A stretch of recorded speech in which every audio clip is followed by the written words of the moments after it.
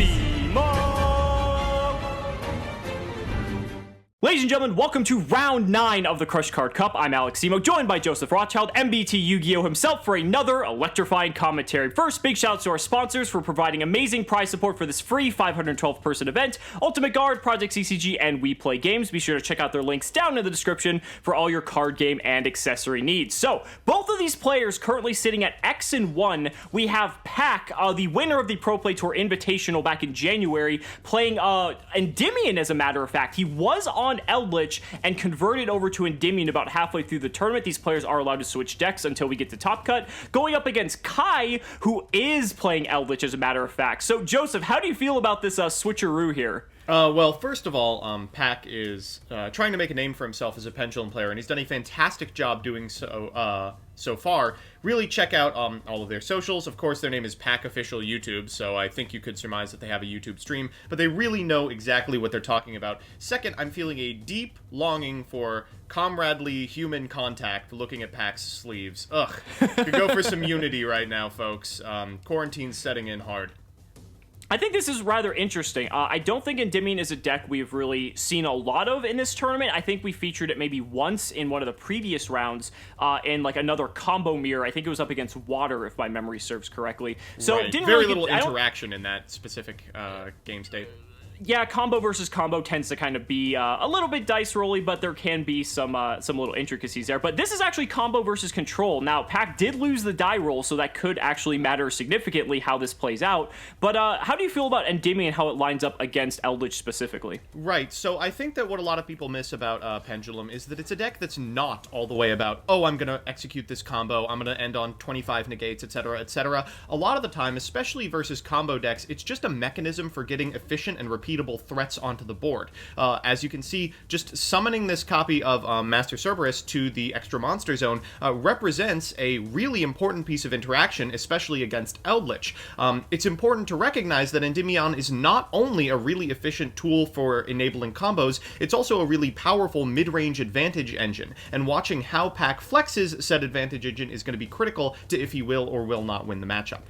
So we saw the effect of Basilisk shuffling back the Master Cerberus, or excuse me, just the Jackal King back into the deck so he can draw a card, followed up by a normal summon of Magical Abductor, a scaled reflection of Endymion, and now here we go, Blind Allure of Darkness here. There's a pretty heavily dense amount of darks, but did not hit double spell, unfortunately, but he does get to get these spell counters here. Oh my god, a second Allure of Darkness, the Madman! So as funny as this is, it's not actually even the worst thing in the world. You know, discarding 2 from the top of your deck twice is hilarious, and just the worst luck I've ever seen any one human coalesce into one space since I played. But it's also a way to get counters onto Magical Abductor, and the search for Magical Abductor is so important that it doesn't necessarily matter that you just lost all of this advantage. Yeah, so we're using the effect of Abductor here. We're going to add a copy of Magician's Souls to our hand because, you know, if the card wasn't already good enough, guess what? Abductor can search it too. We're going to go ahead and send a Mighty Master of Magic to our graveyard so that way we can potentially summon this Souls to the field because it does send for cost that is going to resolve. And now we're going to see where he goes from here. Oh, we're going to use this set Spellbook of Knowledge just to trade this in for a couple of cards. I like it. Yeah, I don't even know if we're necessarily trading the Magician's Souls in. We might want to draw additional spells and traps by sending something like the Abductor. Although I think actually you can't send it to the graveyard. Am I right there? Because it's a pendulum monster? Yes, because since that's the cost, I would imagine that's probably the case. Or actually, no, I think it's actually part of the effect, so I'm not too sure about that. But in any case, he did send the Magician's Souls. Now we're just going to go for our Endymion and our Magister here. And now we're going to use the effect of Reflection to bounce one of the set cards as well as the Magister back to our hand. That Master Cerberus has so many counters on it right now. Yeah. Well, I think you are pretty much 100% sure that you are not going to get a whole bunch of damage in, just because one of these set cards has got to be Scarlet Sanguine. You want to force your opponent to summon the Scarlet or the Eldlich, rather, so then you can activate the effect of Master Cerberus and get it out of there. So here we go. In main phase 2, we're going to use the effect of Master Cerberus to banish Conquistador. This might be one of the interactions that Pax has picked up on of why this actually is an advantageous deck, because Master Cerberus can just slowly pick away the Eldlich cards. They're not going to recover the advantage, and that might just be a way to just slowly take over the game over the course of it. So we'll see. We're going to go for a huge link here for Selene, Queen of the Master Magicians. Yes, this card is incredible. So, importantly, Pak is doing a couple of things here. Firstly, ensuring that his board isn't ripe for destruction.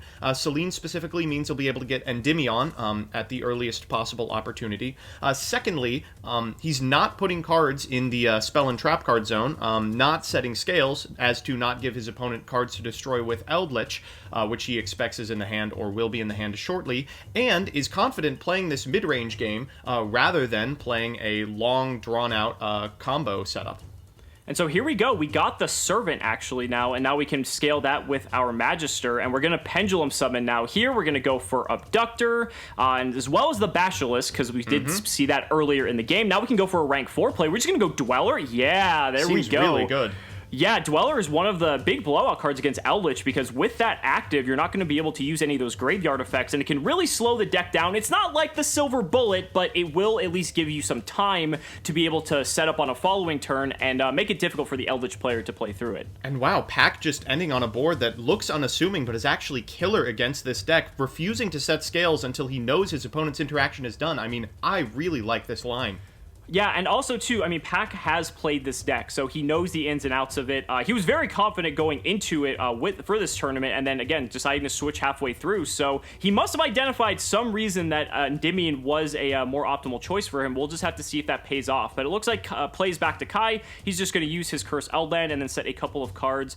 Pass back. Pak might have something here before main phase 1 ends. It looks like he's going to Selene again. Activation looks like, and that'll proc the other Called by the Grave. Yikes. That's unfortunate. I mean, double Called by the Grave for these Selene activations, that's just rough. And now Kai's going to get to set that other back row as well, since they were still in main phase 1 as a result of that, and now play goes back to Pak. But how much does that really matter? You're trading one of your opponent's cards for a spell counter, not even on the field, but on Selene specifically. You know, your Servant is now one spell from activation. You have a live Magician's Souls. The Abyss Dweller still has material on it. Really, anything is going to be able to proc this. Yeah, I was going to say, if your Dweller survives the turn, I feel like you're feeling pretty good. We're going to see a Pendulum Summon here from Pak, summoning out the Time Gazer Magician that he drew for turn, as well as Reflection from the extra deck. We're going to go ahead and target Magister, as well as one of these set back row here on Kai's field. That's going to proc the Infinite Impermanence, going after the Selene here. We'll see if there's any other follow-up in response to that. Pak is going to think here, because there is the potential for him to respond to this as well. And Pak is just confirming that the target is Selene, and it is. And what do you do? I mean, do you go for it? Probably not. I mean, the weird part about this one is that the Infinite Impermanence is in the correct column for Servant. Right. So potentially there's going to be a problem later on then. Doing something in response might be more important. But it looks like, in fact, he is letting it resolve, and of course the counters will fall off Servant as a result. Yeah, and again, I think that's also correct. I don't think he should have gone for it there either. So we're going to see a Nightmare Phoenix now. We're going to link off Magician's Souls and this Time Gazer Magician. So now we can go after yet another card here. We're going to pitch that Endymion Magister that we got back to our hand from Reflection. We're going to go after the set Conquistador here. So that is going to be also chained to with a Elixir of Scarlet Sanguine. So by the time this chain resolves, Golden Lord will hit the field. Conquistador will be able to pop something. But then Phoenix will be able to, I believe, pop the it scores a spell and trap. Yes, so it's not in the spell and trap zone. Just wanted to clarify, because that does matter for some cards. Yeah, this is interesting. I would have considered using Abyss Dweller's effect in response, although it's not very good here, because obviously you're not going to be able to get the Conquistador or Scarlet Sanguine effect on this turn regardless. It looks like, as expected, they'll go for the Abyss Dweller anyway, but still, you're in a fine position as the mid-range deck. You have a lot of big chonkers, and as long as you can maneuver an out to that Eldlich, you can put a whole bunch of damage on field this turn.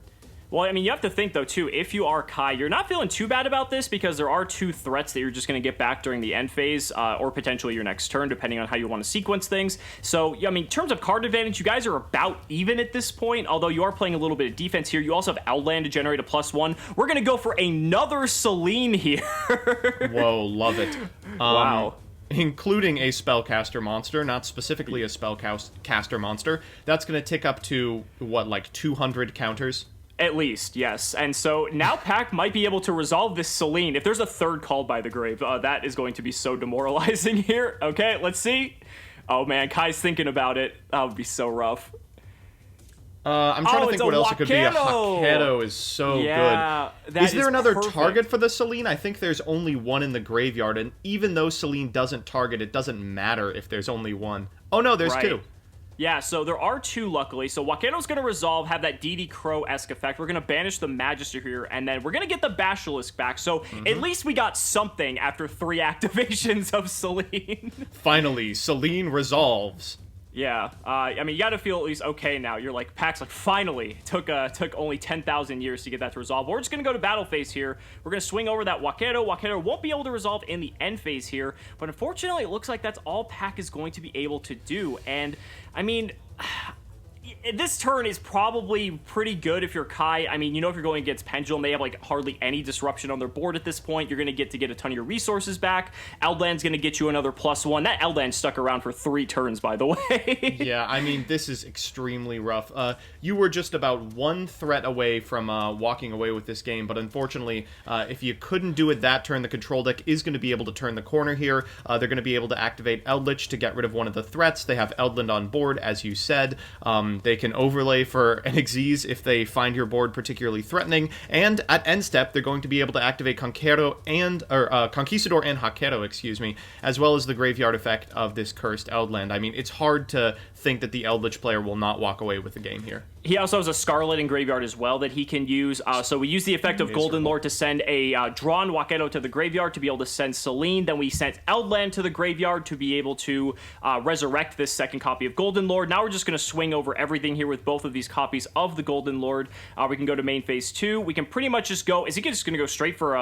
we're going to go for Sky Palace Garangarai. Well, that's a deep 10. I know that occasionally these decks do play some of the worst train monsters. This kills 1 monster on board, or 1 card, I believe, and boy, is it great to pop that copy of Servant when it's up. Yeah, Gungaradai is actually very interesting. Again, it's any card, and it also does 1,000 damage in addition to that. This is probably the first time we've seen this in terms of any feature matches we've commentated for this tournament. I don't think a lot of people are on this card particularly, but it's kind of a beast. And now going into main phase 2 and end phase here, we're going to banish that Elixir to get a copy of Conquistador. Now we get to use both of these Golden Land trap cards to get 2 Elixirs here. Looks like we're going to go for Scarlet and then maybe a white. Yeah, looks like we're going to go for white, so we can just get Golden Lord back to our field. And just like that, I mean, Eldlich has swung it back around, and this is why this deck is just so powerful. Yeah, I think this is pretty clearly the end of the game. Pak's going to have something incredible. Pot of Desires is something incredible. I was going to say, there's a start. If Pot of Desires is going to be the card you rip for turn, I don't think you're feeling too bad about it here. So now we're going to go ahead and scale this copy of Jackal King. So we're halfway there. We're going to go immediately, though, for Scarlet, so that way we can get Golden Lord to our field. Conquistador could immediately just take care of the scale, potentially. It looks like he's just going to get the Golden Lord out, though, just to have that lingering threat. We're going to go Jackal King. I do like the idea that they're protecting against both the set of the other scale and the Jackal King effect. Yeah, because right here we're going to see Conquistador be used in response to the Jackal King effect, so it's going to pop Jackal King. So unfortunately, we're not going to be seeing any more Master Cerberus to the field, but that's just rough. I mean, what else does really Pak up going for him besides having this Reflection? I don't really think much. I feel like this Garandarai is kind of just going to clean up here. Yeah, it would have to have been exactly scales to summon, and then somehow you would have had to pop off with Master Cerberus, but even then it seems like you're in a losing position. This is very much the end of the game.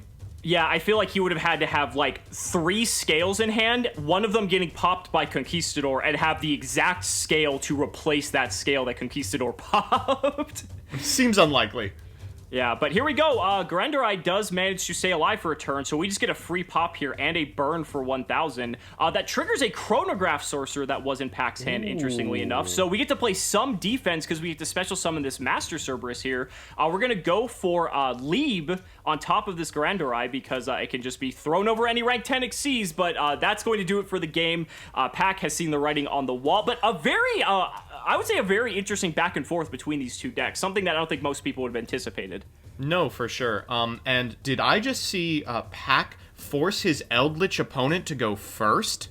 Yeah, I was about to say that before you beat me wow. to it. This is going to be very interesting to see how this plays out. I mean, I feel like you have to have a very solid game plan if that's the case. Here comes Inspector Border from Kai here. Apparently, he might have just predicted that Kai was going to force him to go first. I mean, he might have had the read on that, but man, that's a pretty big brain on that. I actually don't think so. Inspector Border's really only fantastic going second as a normal summon to invalidate your opponent's combo setup. I think that Pak is simultaneously trying to force his opponent onto these powerful going second tools like Lightning Storm and Evenly Matched, while getting to play huge blowouts of his own like Denko Sekka. Oh my goodness. Any Pendulum summon will just clean this all the way up. All right, so here we go. Denko Sekka completely nullifying any of Kai's back row here. People forget this card exists a lot of the time, but this card is amazing. He also gets the One of Servant Endymion in his opening hand, and we get to Allure of Darkness here to get a counter on it. I agree with you. I think if we can just get to the point where if we can get a Pendulum summon, we're going to have a very good grip on this game. Double Cosmic Cyclone just to clean up the back row. He didn't even need it because Denko is on the field for now. Yeah. Obviously, that Denko isn't perfect, but it's pretty good for the time being. Honestly, a bit of a brick. It feels like you don't want to be drawing your Cosmic Cyclones in the same hand where you're invalidating your opponent's back row, but using them here anyway just to get those tokens on Servant. And now we have not only a way to banish this copy of the Eldlich, provided we have another spell, which of course we do because it's Pendulum, but also a potential way to win the game if we're able to find another scale. And ashing a blind Allure! That's how desperate we are, huh? I mean, he really just does not want anything worse to come from this because I think it's already looking pretty bad when you have Master Cerberus. Oh, we're actually going to resolve a Mighty Master of Magic instead, and that is a spell effect, so that's just going to pop everything now. And this is lethal, is it not? Yeah, 56, 66? I think this is the end of the game. Yeah, I think just like that, Pak manages just on the back of Denko Sekka just be able to take this, unless our math is wrong, but it should be. Yeah, that's it. Okay, game 3, wow. Ladies and gentlemen. Okay, so Pak had a game plan there, forcing Eldlich to go second, and I would say Eldlich he did a pretty forcing good job. Pendulum to go first in game 3! Wow, this is so insane. I mean, you wouldn't want a combo deck to have access to going first options, but at the same time, if you're invalidating things like Denko Sekka that just beat you otherwise, maybe you have to do it. I love this, though. I mean, both of these players are proven themselves throughout this tournament. I mean, obviously, we know Pak is great. Kai, I mean, both these players are X1. They've only suffered a single loss throughout the entire tournament. So I'm excited to see where this goes. Pak starting things off with a Spellbook Magician to Prophecy. Going to grab that copy of Secrets. We're going to scale a copy of Abductor, so that way we can start accruing some spell counters for every spell card that we play. Firing off the Secrets, we're going to get a copy of Knowledge here, most likely to fire that off on the Magician to draw a couple of cards. That's going to be met with Ash Blossom, though, so that is a little bit rough here for Pak. But we do have the scale of the Chronograph Sorcerer for follow-up, so we are able to get the 3 counters on Abductor, so that way we can use that and get a search. I mean, do you even care about the Ash here? This is, first of all, the first good hand that we've seen Pak draw, but second of all, Ash Blossom against Pendulum is so painful when so often the cards that plus you are just spells you want to be activating to get important searches with this copy of Magical Abductor anyway. Hey, you're saying that this is the first good hand that he drew. I think the last game was pretty convincingly a good hand as well, considering the OTK. But we can agree to disagree. Yeah, I mean, I think if you're Pak, it kind of depends on the composition of the rest of your hand. Like, if you really needed that to resolve, then maybe. Yeah, I mean, double Endymion Mighty Master of Magic is fine. Are we just going to go overlaying for? Oh, okay, we're going to go for Absolute here. So we're going to try to get a Vortex Dragon to the field. We're going to go for Cross Sheep. I would actually not be surprised if we see a lot more extension from this hand. Potentially. We're going to have to see here. So Odd Eye's Absolute Dragon is going to trigger when it hits the graveyard to summon this copy of Odd Eye's Vortex Dragon. That represents a Omni Negate. We're going to potentially link off this Cross Sheep and the Selene excuse me, the Cross Sheep and the Spellbook of Prophecy. Access to Selene's effect to get back the Endymion that's already in the graveyard. Wow, this is such a sweet setup. Right, absolutely. And so for those of you wondering, also, the Cross Sheep was able to bring back the Spellbook Magician of Prophecy to be able to get that extra link material there. But yeah, now we have the Selene setup as well. Again, this isn't the most intimidating board, but this is still very good nonetheless. The one rough part is that you do have to destroy the Chronograph Sorcerer if you want to extend any farther than this, and it looks like that's what we're going for now, getting the Time Gazer from deck. And looking at that graveyard to see if you can get an Endymion. Wow, this is just a fantastic opportunity to remind people that Selene does not target. Right. So even if there was something like a Called by the Grave on the Selene activation, you can just summon the other one. And so here we go. We now have Endymion, Mighty Master of Magic to the board. That represents a spell or trap negation as well. So we have an Omni negate in addition to that. We're actually just going to link all three off, though. We're just going to go for a second Selene here. Yeah, it looks like it just to build up those spell counters. Sure. Oh, it's man. kind of crusty. Yeah, Endymion doesn't do a whole lot if it doesn't have enough cards with spell counters on the field. But this gives Magical Abductor one and means the next one will be live. This is only the fourth blind allure that Pak has fired off, by the way. I feel like I should mention. Is this the first one that's actually hit a dark monster? No, I think one last game did, but still, this is, it's just ridiculous. But now we're going to banish Magician Souls for that Allure of Darkness resolution of effect, and oh no, Dark Ruler No More is a perfect way to answer this board. Man, Yeah. Kai's... Yeah, that's just going to happen, though. I mean, Dark Ruler No More, it's not only good against this deck, but it's also good against just all the other combo decks like Adamancipator and such that are running around. This is why you see people side deck stuff like Anti-Spell Fragrance, but in this particular instance, I mean, it's...